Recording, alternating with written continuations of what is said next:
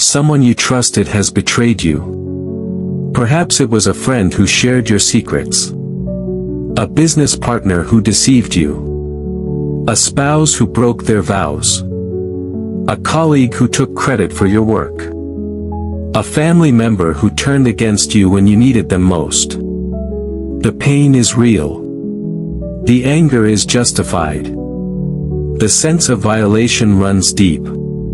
Because betrayal is not just an action, it is a breaking of the fundamental bonds that make human society possible. It is the rupture of trust, the destruction of what you believed to be true, the revelation that someone you relied upon was not who you thought they were. And now you are left with questions that burn. How could they do this? How did I not see it coming? What do I do with this rage? How do I trust anyone again? How do I move forward when everything I believed about this person, about this relationship, about my own judgment, has been shattered? The Stoics understood betrayal intimately. Marcus Aurelius was betrayed by generals he trusted, by advisors he elevated, possibly even by his own wife. Seneca was exiled on false charges by an emperor he had served. Epictetus witnessed masters betray slaves, emperors betray citizens, friends betray friends throughout the brutal politics of Rome. They knew this pain. They felt it as deeply as you do. But they also discovered something that most people never find.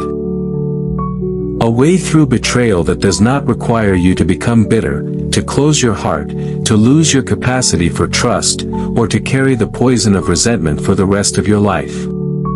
This is not about pretending the betrayal didn't happen. This is not about excusing what was done. This is not about becoming a doormat or allowing yourself to be hurt again. The Stoic approach to betrayal is far more sophisticated than that. It is about understanding human nature deeply enough that you are not destroyed by its failures. It is about maintaining your own character when others have abandoned theirs. It is about finding freedom even when someone has tried to cage you with their deception. It is about emerging from the fire of betrayal not hardened and cynical, but tempered and wise. Let me show you how the Stoics approached this most painful of human experiences, and how their ancient wisdom can guide you through your own. The first step in handling betrayal the Stoic way is to understand clearly what has actually occurred. Not the story your wounded emotions are telling you, but the philosophical reality of the situation. When someone betrays you, what has actually happened? They have acted according to their nature, their understanding, their character. They made a choice that served what they perceived to be their interest, or what they believed to be good, even though that choice violated your trust and caused you harm. Notice what has not happened. They have not forced you to become like them. They have not destroyed your capacity for virtue. They have not touched what the Stoics called your prohairesis, your faculty of choice, your moral character, your essential self. Epictetus taught his students something that sounds almost impossible when you are in the grip of betrayal: no one can harm you without your consent. Your immediate response is probably, what? They absolutely harmed me. I didn't consent to this betrayal. I didn't choose this pain. But listen carefully to what Epictetus actually means. The betrayal happened, that is fact. The person acted in a way that violated trust, that is their choice, their action, their responsibility.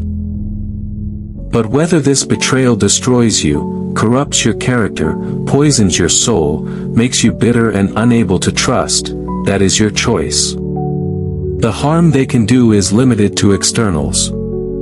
They can damage your reputation. They can cost you money. They can break promises. They can reveal secrets. They can abandon you when you need them. All of this is real. All of this causes legitimate pain. But they cannot make you unjust unless you choose injustice in response. They cannot make you cruel unless you choose cruelty.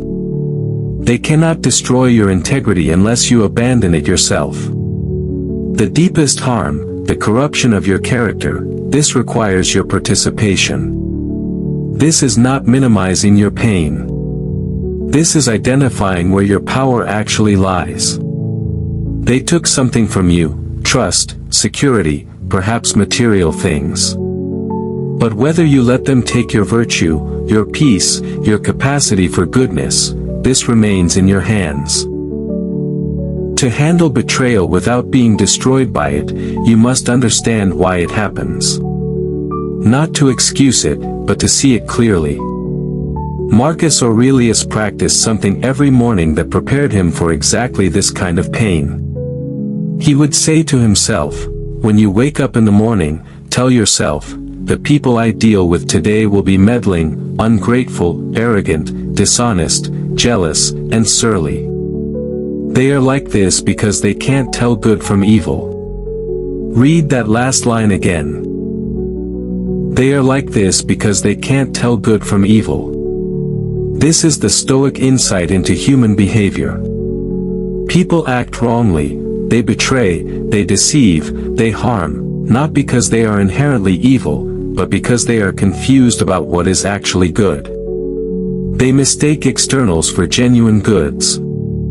They believe that wealth, status, pleasure, security are worth pursuing even at the cost of virtue. The person who betrayed you did so because they believed, in that moment, that the betrayal would benefit them. Perhaps they thought they would gain money, or power, or protection, or pleasure. Perhaps they were afraid and saw betrayal as a way to avoid something they feared. Perhaps they were confused, weak, unable to resist temptation. But here is what they failed to understand: nothing external is worth the corruption of your character. No amount of money, no position of power, no pleasure, no security justifies abandoning virtue. Because virtue, your integrity, your trustworthiness, your justice, is the only true good. Everything else is what the Stoics called indifferent. The person who betrayed you does not understand this. They have made a fundamental error in judgment. They have confused what appears good with what actually is good. And this confusion, this philosophical mistake, is what led to their action.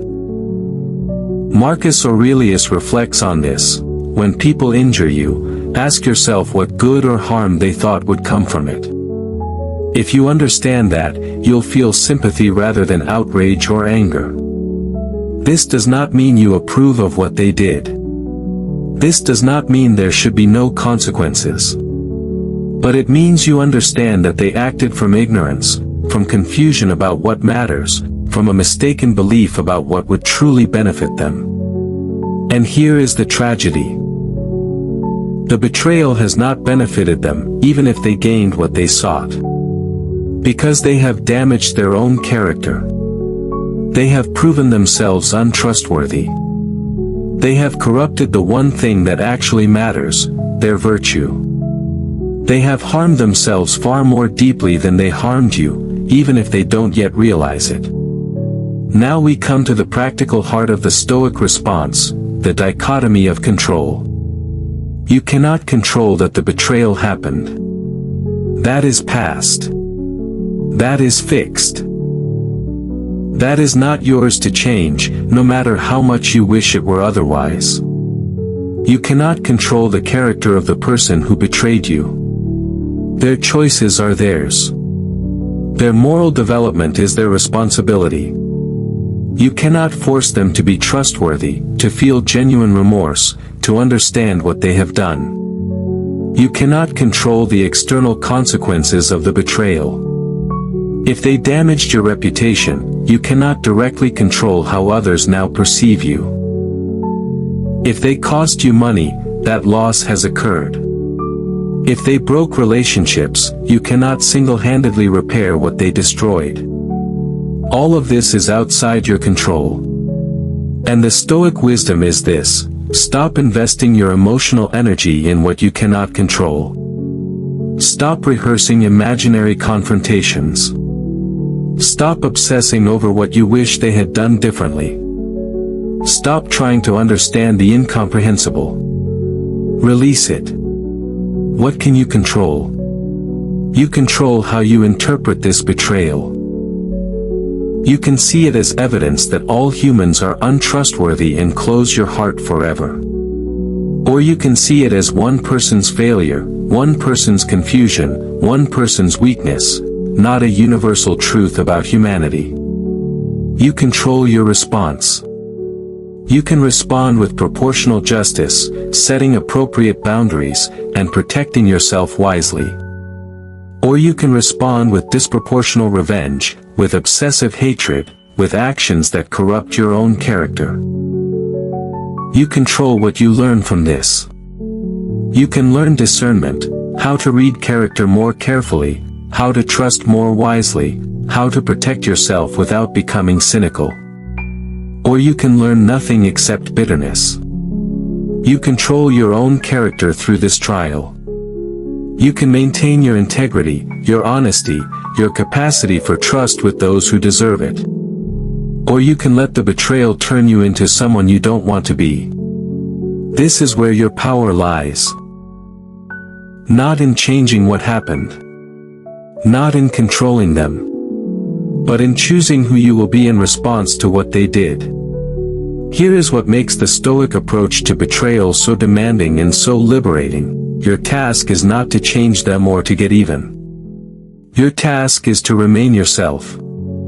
Epictetus taught, if someone speaks badly of you, do not defend yourself against the accusations, but reply, you obviously don't know about my other faults, or you would have mentioned them as well.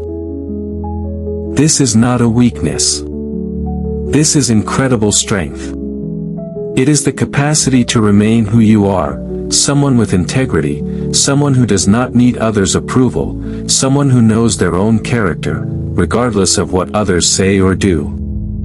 When you are betrayed, the greatest temptation is to abandon your own principles. To lie about them the way they lied about you. To betray their trust the way they betrayed yours. To hurt them the way they hurt you. To become, in your response, the very thing you despise in their action. The Stoic discipline is to refuse this temptation. To maintain your character precisely when it is hardest to do so. To be trustworthy even when dealing with someone who proved untrustworthy. To be honest, even when speaking about someone who was dishonest. To be just even when they were unjust. This does not mean you trust them again. Wisdom sometimes means recognizing when trust should not be extended. This does not mean you allow them to continue hurting you. Justice sometimes requires consequences and boundaries. This does not mean you pretend everything is fine. Honesty means acknowledging the reality of what occurred. But it means you do all of this from your character, not from your wound. You act from virtue, not from vengeance. You respond from wisdom, not from rage. Seneca writes, the best revenge is not to be like your enemy. Think about what this means. If you respond to betrayal by becoming bitter, suspicious, closed, and vengeful, you have let them determine who you become. You have given them power over your character. You have let their vice infect your virtue. But if you respond by maintaining your integrity, by acting justly, by setting wise boundaries, by protecting yourself without losing your capacity for goodness, you have kept what matters most. You have proven that they cannot touch who you fundamentally are. Now we must address what is perhaps the most difficult question: should you forgive? The Stoic answer is more nuanced than either always forgive or never forgive. It requires distinguishing between several things we often confuse. First, there is understanding. The Stoics would say you should always strive to understand why the betrayal happened.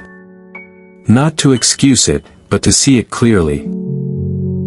to recognize that this person acted from confusion, from weakness, from mistaken beliefs about what is good. This understanding brings a kind of philosophical perspective that reduces the burning fury and makes clear action possible. Second, there is releasing your own rage. This is not for them, it is for you. Seneca observed, "Anger is like drinking poison and expecting the other person to die." Carrying rage is carrying poison. It corrupts you from within. It keeps you chained to the person who betrayed you, giving them ongoing power over your peace. The Stoic practice is to release this rage not because they deserve your peace, but because you deserve to be free. You examine it, you understand it, you learn from it, and then you let it go. Not because you approve of what they did, but because you refuse to let their actions continue to harm you. Third, there is reconciliation. This is different from the first two. This is about whether you restore the relationship. And here the Stoic answer is, it depends. Wisdom means recognizing when someone has genuinely changed, when trust can be wisely rebuilt, and when reconciliation serves both justice and compassion. But wisdom also means recognizing when someone has proven themselves fundamentally untrustworthy, when reconciliation would enable further harm, and when the wise course is to maintain distance. Marcus Aurelius maintained working relationships with people who had betrayed him when duty required it. But he did not restore intimate trust. He acted justly toward them. He did not seek revenge. But he also did not pretend they were other than they had proven themselves to be. The Stoic path is not naive forgiveness that enables continued harm. Nor is it bitter unforgiveness that poisons your own soul. It is wise discernment that responds appropriately to each specific situation. The deepest challenge of betrayal is this: how do you move forward without becoming bitter? How do you protect yourself without closing your heart? How do you trust again without being naive? The Stoics would tell you, you recognize that this one person's betrayal is not proof that all people are untrustworthy. You recognize that your trust was not wrong, it was appropriate given what you knew at the time. You recognize that being deceived is not your fault, the deception is theirs. Epictetus taught his students to approach relationships with what the Stoics called the reserve clause. You engage, you trust, you invest, but always with the understanding that the other person is human, fallible, free to make their own choices, capable of failure. You love, but you remember you are loving a mortal being who will die. You trust, but you remember you are trusting a human being who is capable of betrayal. This is not cynicism. This is realism. And paradoxically, this realism allows you to love and trust more fully, because you are not investing in false expectations. When betrayal comes, and if you live long enough and trust deeply enough, it will come, you are not destroyed by it. You are disappointed, hurt, and saddened. But not surprised beyond recovery. Not broken beyond repair. You recalibrate.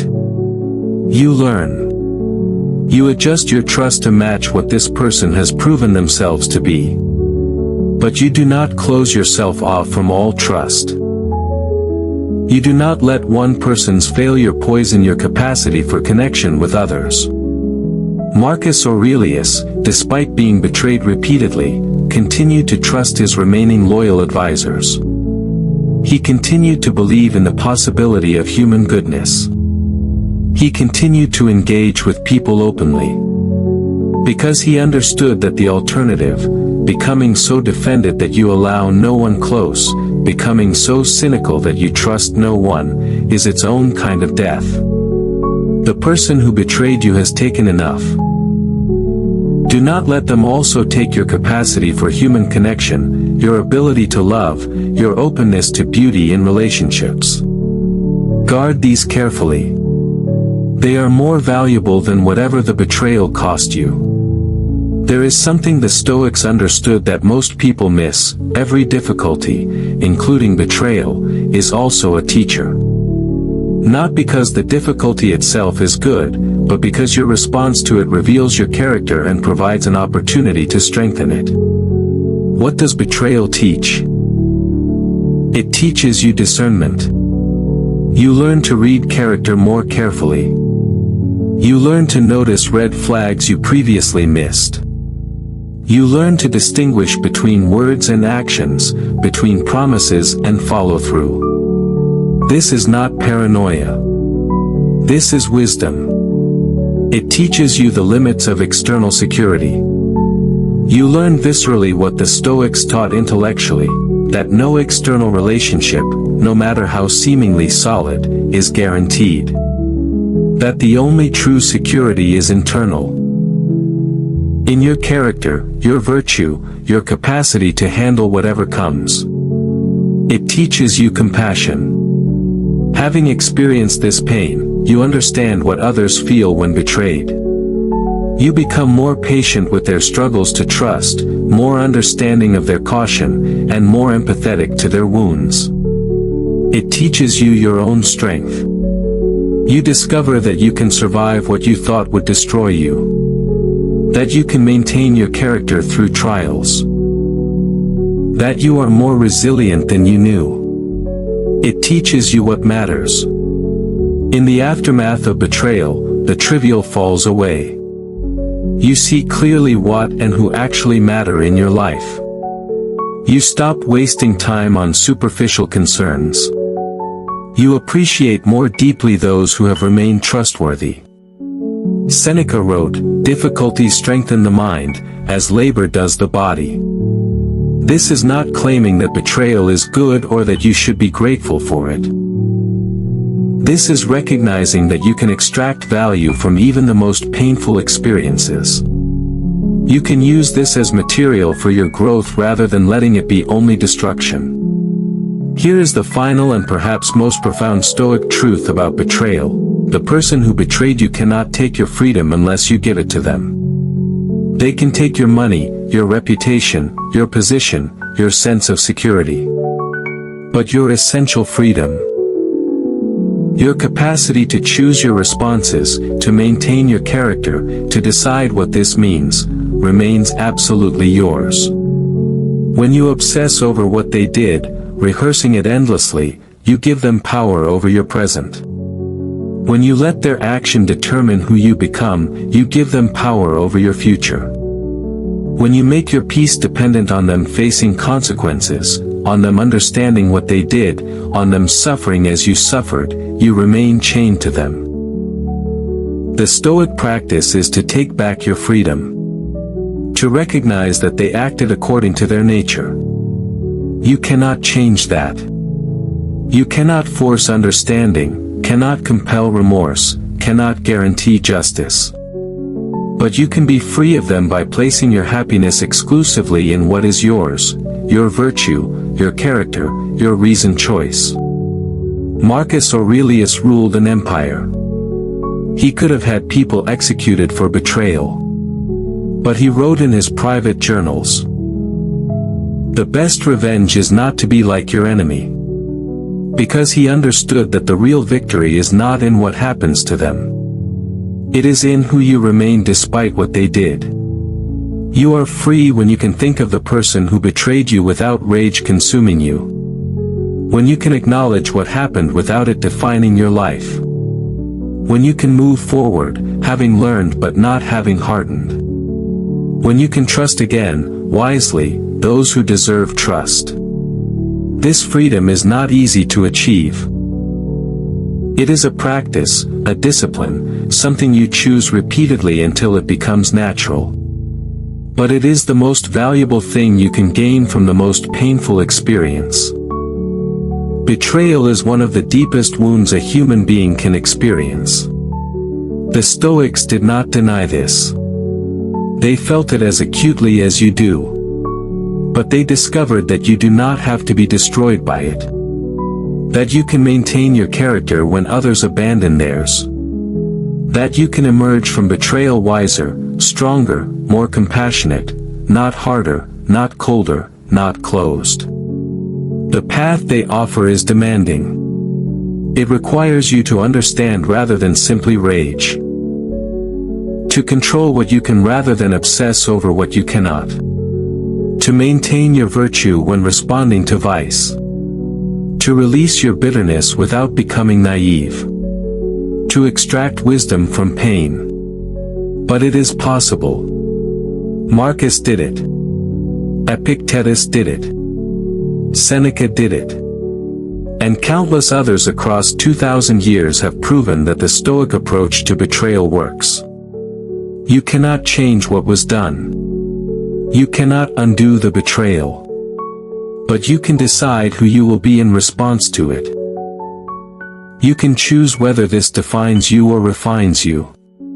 You can determine whether you emerge broken or tempered. The person who betrayed you made their choice. Now you must make yours. Will you let their action corrupt your character? Or will you maintain your virtue despite their vice? Will you let their betrayal poison your capacity for trust? Or will you trust again, more wisely, those who deserve it? This is the Stoic question. Not what was done to you, but who you choose to be in response. You have been betrayed. That is true. That is painful. That is not your fault. But you remain free to choose your response. You remain capable of virtue. You remain yourself, and that, ultimately, is what no betrayal can touch unless you allow it. This is how you handle betrayal the Stoic way. Not by pretending it doesn't hurt. But by refusing to let it destroy what matters most. Your character, your integrity, your capacity for goodness. They took what they took. But they cannot have your soul. That remains yours. Guard it. Maintain it. Let that be your victory.